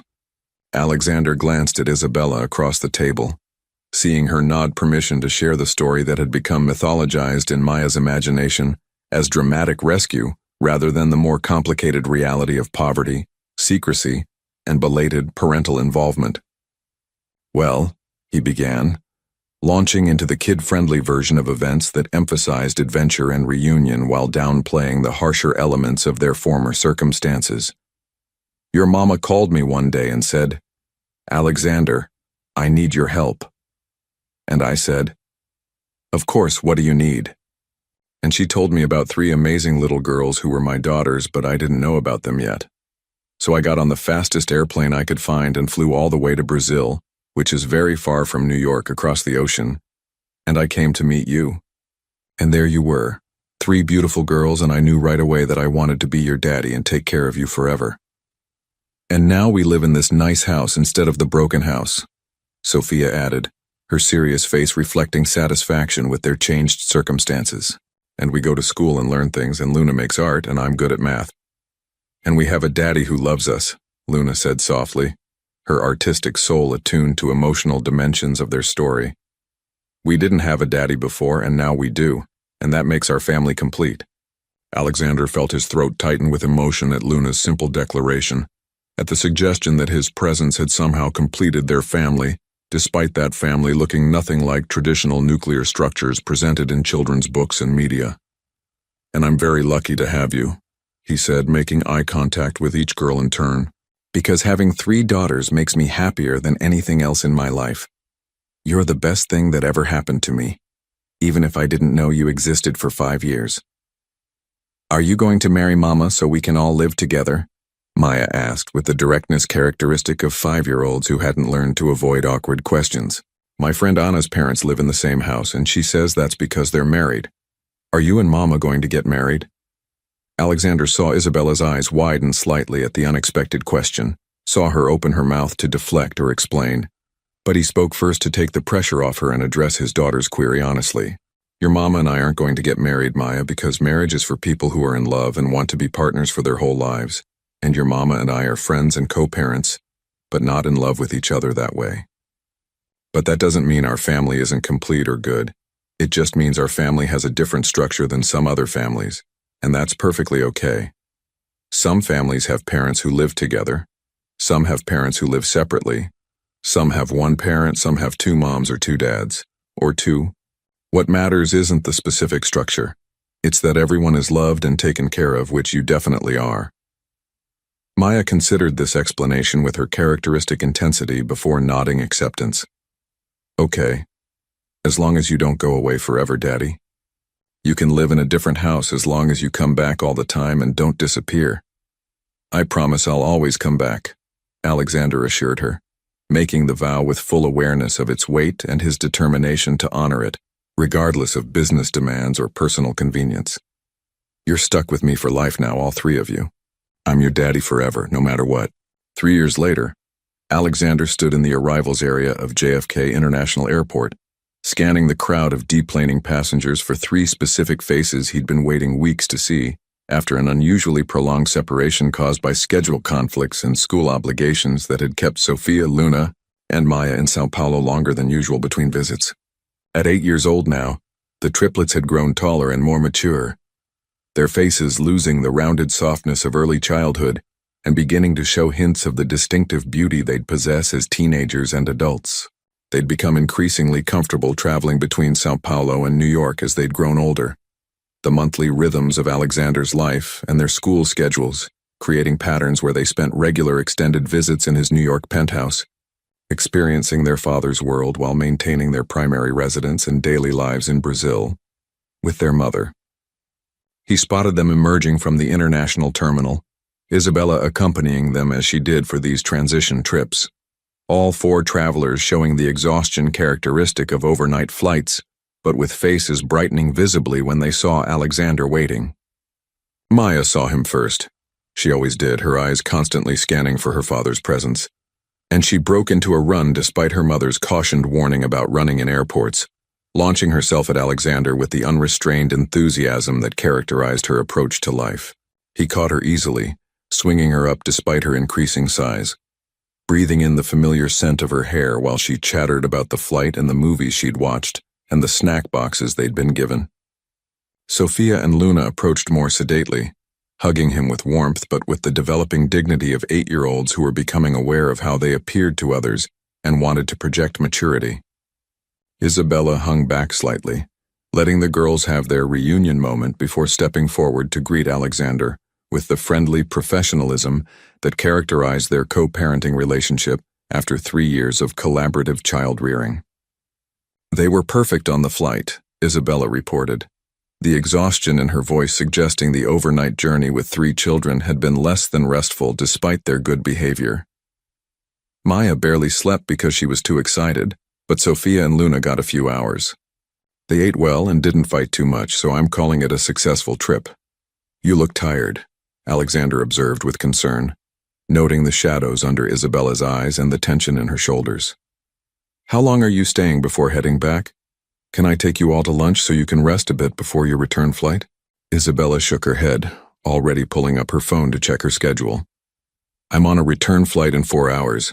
I have an exam tomorrow morning for my nursing program that I can't miss. But thank you for the offer, Alexander. I'll grab something at the airport. You just get these 3 settled and don't let them stay up too late tonight despite their excitement, or they'll be miserable tomorrow. They made their way to Alexander's car service, the driver helping load luggage while the girls piled into the spacious SUV, chattering with overlapping excitement about their plans for the week ahead. This visit would last 10 days, the longest they'd spent in New York since the visits began 3 years ago, time to coincide with a school break in Brazil and several important business events in New York that Alexander wanted his daughters to witness, including a gala honoring his company's charitable foundation and a board meeting where he planned to introduce the girls to his colleagues and begin their early exposure to the business world they'd potentially join as adults if they chose. At the airport entrance, Isabella hugged each girl goodbye, giving them the familiar maternal reminders about being respectful, listening to their father, staying safe, calling her every evening as they always did during separations. She hugged Alexander briefly as well, a gesture of solidarity and shared purpose rather than romantic connection, murmuring quiet instructions about Maya's recent tendency toward nightmares and Sophia's ongoing academic competition with a classmate that was making her stressed, the kind of parenting details that needed to transfer between households to ensure continuity of care. "I've got them," Alexander assured her, understanding the difficulty of maternal separation even though Isabella had grown more comfortable with these visits over time. "Go ace your exam. We'll call you tonight after they're settled." The drive from JFK to Alexander's Upper East Side penthouse gave the girls opportunity to process the dramatic environmental shift from São Paulo to Manhattan. Their faces pressed against windows as the car navigated through Queens into Manhattan, the urban landscape transforming from industrial zones to residential neighborhoods, to the wealth and prestige of Manhattan's elite areas. They'd made this journey enough times that the route was familiar, but they still pointed out favorite landmarks and noticed changes since their last visit with the observational skills of children learning to navigate multiple worlds. Alexander's penthouse occupied the top 2 floors of a luxury building with Central Park views. The space representing everything Isabella's modest apartment was not. Enormous, filled with expensive furnishings and art, maintained by household staff who kept everything pristine and organized.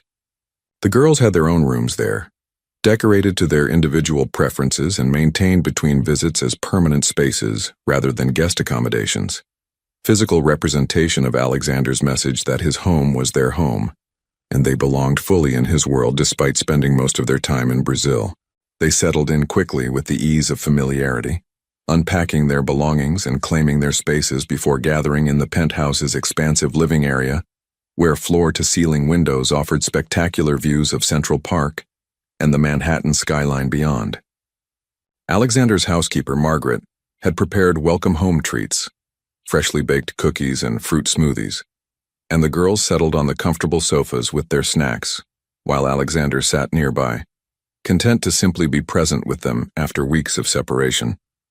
"Daddy, will we get to go to the office this visit?" "Ooh," Sophia asked, her serious face showing the academic curiosity that drove her constant questions about Alexander's business. "You said maybe we could see the boardroom and meet some of the people who work with you." "Absolutely," Alexander confirmed, pleased by her interest in his professional world. "I've scheduled time day after tomorrow for you to come to the office, tour the facilities, meet several executives and board members. I want you to start understanding what I do and how businesses operate, because whether or not you eventually join Steel Industries, understanding business and finance will be valuable knowledge for whatever careers you choose." "I don't want to work in an office," Luna declared, her artistic soul rebelling against corporate environment even at age 8. "I want to be an artist and have a studio with lots of windows and paint all day, but I'll come visit your office to see where you work, Daddy." "And I'll work with you," Maya announced enthusiastically. "I'll be the boss of something and have meetings and tell people what to do. That sounds fun." Alexander smiled at their divergent visions of future careers, recognizing that at 8 years old these preferences would likely evolve multiple times before they made actual career choices, but valuing their willingness to articulate dreams and preferences rather than simply accepting whatever paths others might prescribe. "You can all be whatever you want to be," he assured them. "Artists, executives, scientists, teachers, anything that interests you and makes you happy. My job is to make sure you have opportunities and education and support to pursue whatever paths you choose." The days that followed fell into comfortable rhythms, mixing special activities with normalizing routines that helped the girls feel at home in their father's world. Alexander took them to his office as promised, walking them through Steel Industries headquarters with pride, introducing them to employees and executives who treated the triplets with friendly professionalism and clear recognition that these children mattered enormously to their CEO. Sophia asked intelligent questions about business operations that impressed the executives who met her, demonstrating comprehension of complex concepts that suggested strong analytical mind and potential future business acumen. Luna was more interested in the art displayed throughout the corporate offices, stopping to study paintings and sculptures, and asking Alexander who'd selected the pieces and what they meant. Maya charmed everyone she met with her outgoing personality and confident assumption that she belonged in these spaces of power and wealth, shaking hands with board members and declaring that someday she'd have an office, even bigger than Daddy's. They attended the charity gala where Alexander was being honored for his foundation's work, supporting educational initiatives for underprivileged children, work he'd initiated 3 years ago after meeting his own daughters and discovering the vast educational inequalities that poverty created. Sophia, Luna, and Maya wore beautiful dresses Alexander had selected with their input, looking elegant and poised beyond their years, as they accompanied their father through rooms filled with New York's social elite. The girls handled the attention and formal environment with remarkable grace, accepting compliments about how lovely they looked and how proud their father must be, representing themselves and Alexander with dignity that made him feel almost overwhelmed with paternal pride. Several attendees who knew Alexander's history asked carefully about the girl's mother and the circumstances of their family structure, curiosity sometimes barely disguised behind polite social conventions. Alexander handled these questions with practiced ease, explaining that he and Isabella co-parented amicably though they'd never married, that the girls split time between Sao Paulo and New York, that he was grateful for Isabella's excellent parenting during the years before he'd known about his daughter's existence. He refused to participate in gossip or judgment about Isabella's initial secrecy or their unconventional family arrangement, instead focusing on his daughter's well-being and his own commitment to being present in their lives, despite geographic complications. One evening mid-visit, after a full day of activities that had left the girls exhausted and more than ready for bed, Alexander was tucking Maya into her bed when she asked a question that stopped him cold. "Daddy, when you die, will we get your money?" Anna at school said that rich people's children inherit money when their parents die. Is that true? Alexander sat on the edge of her bed, processing the morbid question that was probably motivated by innocent curiosity about inheritance rather than any actual desire for his death. "Yes, that's true," he confirmed gently. "When I die, which hopefully won't be for many, many years, you and Sophia and Luna will inherit my money and my company shares. That's what the trust funds I set up for you are partially about, making sure you're taken care of financially even if something happens to me." Maya nodded seriously, processing this information. "That's good, because if you died and we didn't have money, we might have to go back to the broken house like before you came to save us. And I don't want to live there again, Daddy. I like having a nice home and going to school and having enough food." The statement pierced Alexander's heart with its casual revelation of underlying anxiety, that Maya, despite 3 years of stability and security, still harbored fear about losing everything and returning to poverty, that the first 5 years of deprivation had left psychological marks that luxury and privilege hadn't completely erased. He pulled her close, holding her against his chest while choosing words carefully to address her fear without dismissing it or making false promises about immortality. "Maya, sweetheart, you're never going back to poverty, whether I'm alive or not. The trust funds I created for you, Sophia and Luna, are permanently yours. Money that will support you for your entire lives regardless of what happens to me.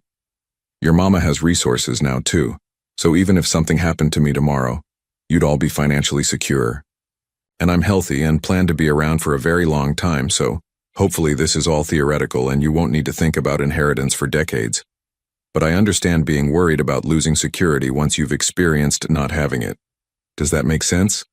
Maya nodded against his chest, her voice muffled by his shirt. "I love you, Daddy. I'm glad you came to find us even though Mama didn't tell you about us when we were born. I'm glad we're not secret anymore." "I'm glad too, baby girl," Alexander murmured into her hair, his eyes burning with unshed tears at the simple profundity of her statement. "You're the best thing in my life, you and your sisters. Being your daddy is more important than anything else I've ever done or ever will do." After Maya finally fell asleep, Alexander moved to check on Sophia and Luna in their respective rooms.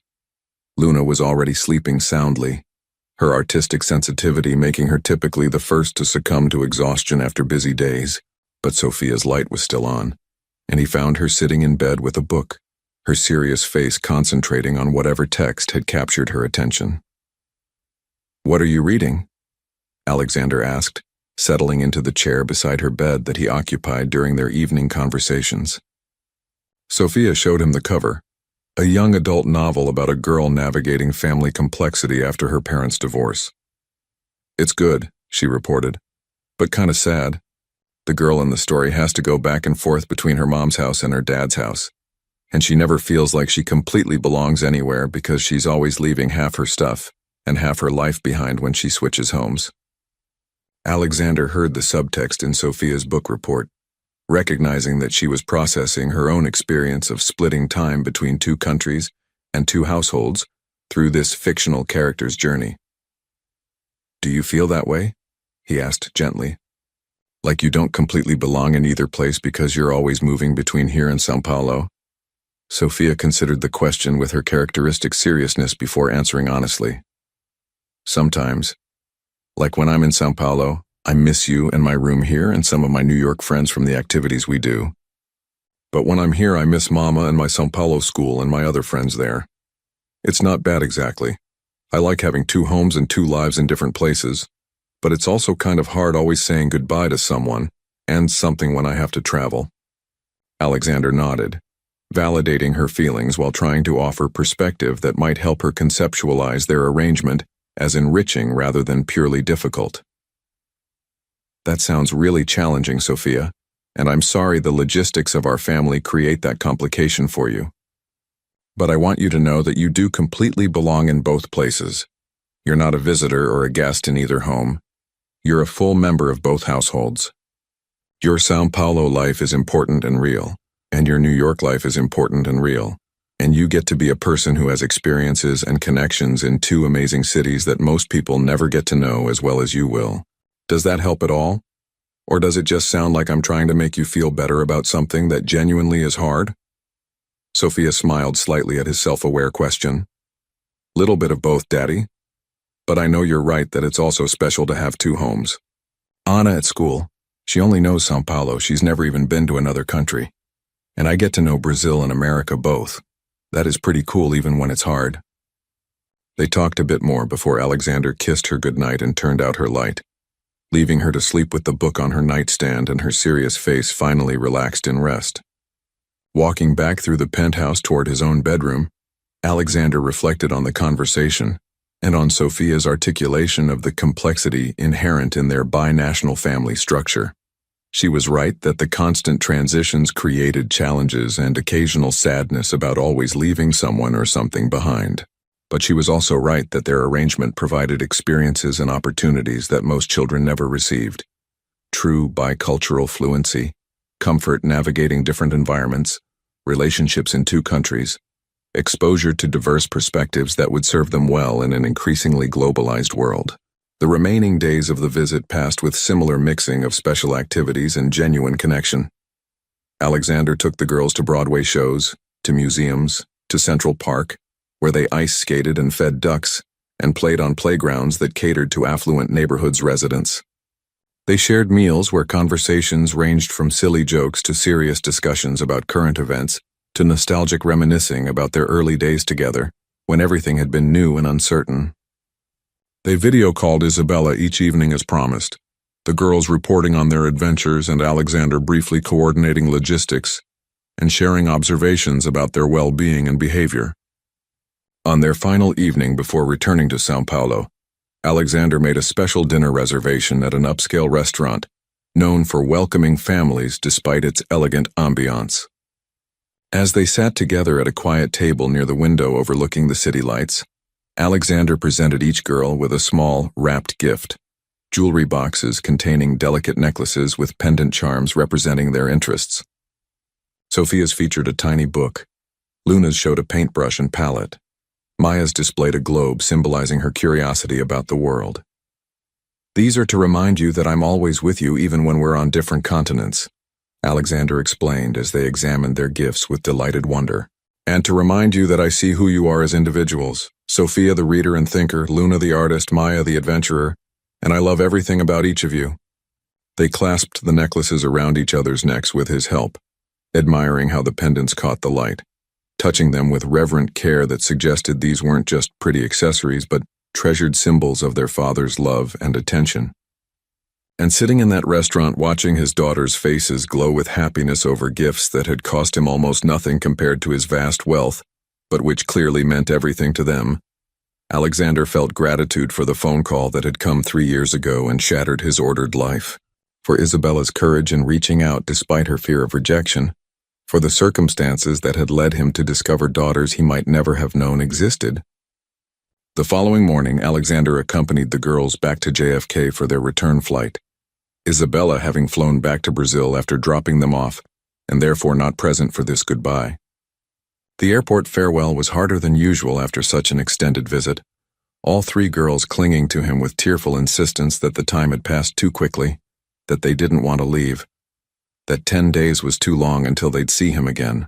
Alexander held each daughter individually, offering comfort and reassurance that their next visit was already scheduled, that they could video call any time.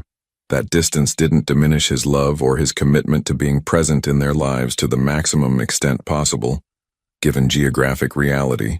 "I love you all to the moon and back," he murmured, using the phrase that had become their family expression for love beyond measurement. "Be good for Mama, work hard in school, call me whenever you want to talk. I'll see you in 3 weeks when I come to São Paulo, and then before you know it, you'll be back here for summer vacation. Time will fly, I promise." He watched them disappear through security toward their departure gate, 3 small figures in matching backpacks turning to wave one final time before vanishing into the crowd of travelers. And standing in the airport feeling the ache of their absence after days of their constant presence, Alexander marveled at how completely they'd transformed his life and priorities, how love for 3 children had reorganized everything he'd once believed mattered into its proper perspective. His business empire continued to grow, his wealth continued to accumulate, his professional reputation remained strong. But none of that compared to the privilege of being called Daddy by 3 remarkable little girls who'd been living in a São Paulo favela 3 years ago, and who now navigated between 2 worlds with confidence and grace, enriched by opportunities but grounded by memory of where they'd come from, and awareness that security wasn't inevitable or permanent, but required protection and gratitude. Later that evening, alone in his quiet penthouse after days of childhood chaos and noise, Alexander's phone buzzed with a text from Isabella. "Girls arrived safely. They're already talking non-stop about their visit and showing me everything you did together. Thank you for loving them so well, Alexander. Thank you for being the father they deserve. You've given them and me a life we couldn't have imagined before you came to help us that day. We're grateful every day for your presence in our lives."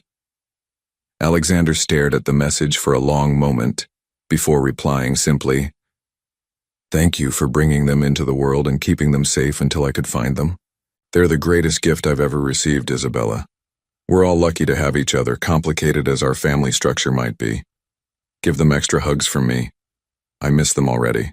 He set down his phone and walked to the window, looking out over Central Park and the Manhattan skyline beyond, the city lights twinkling in the darkness like earthbound stars. 3 years ago, he'd been standing in this exact spot when his phone had rung with a call from a woman he barely remembered, delivering news that had seemed impossible and overwhelming.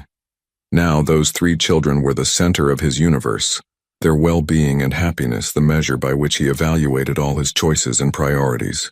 The life he'd built before knowing they existed, successful, wealthy, accomplished, had been hollow in ways he'd never recognized until Sophia, Luna, and Maya had filled the emptiness with purpose and love and connection that transcended business achievements or material accumulation. He would continue building his empire and managing his companies and growing his wealth. But all of it, all of the success and resources and power, existed now in service of 3 little girls who deserved opportunities and security and futures as bright as their father could possibly make them.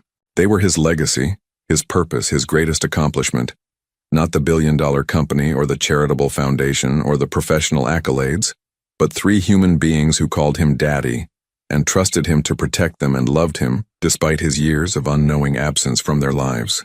Standing in his quiet penthouse thousands of miles from where his daughters were preparing for bed in their São Paulo home, Alexander Steele smiled and whispered into the darkness, "Thank you for calling, Isabella. Thank you for giving me the chance to be their father. It's the best role I'll ever play."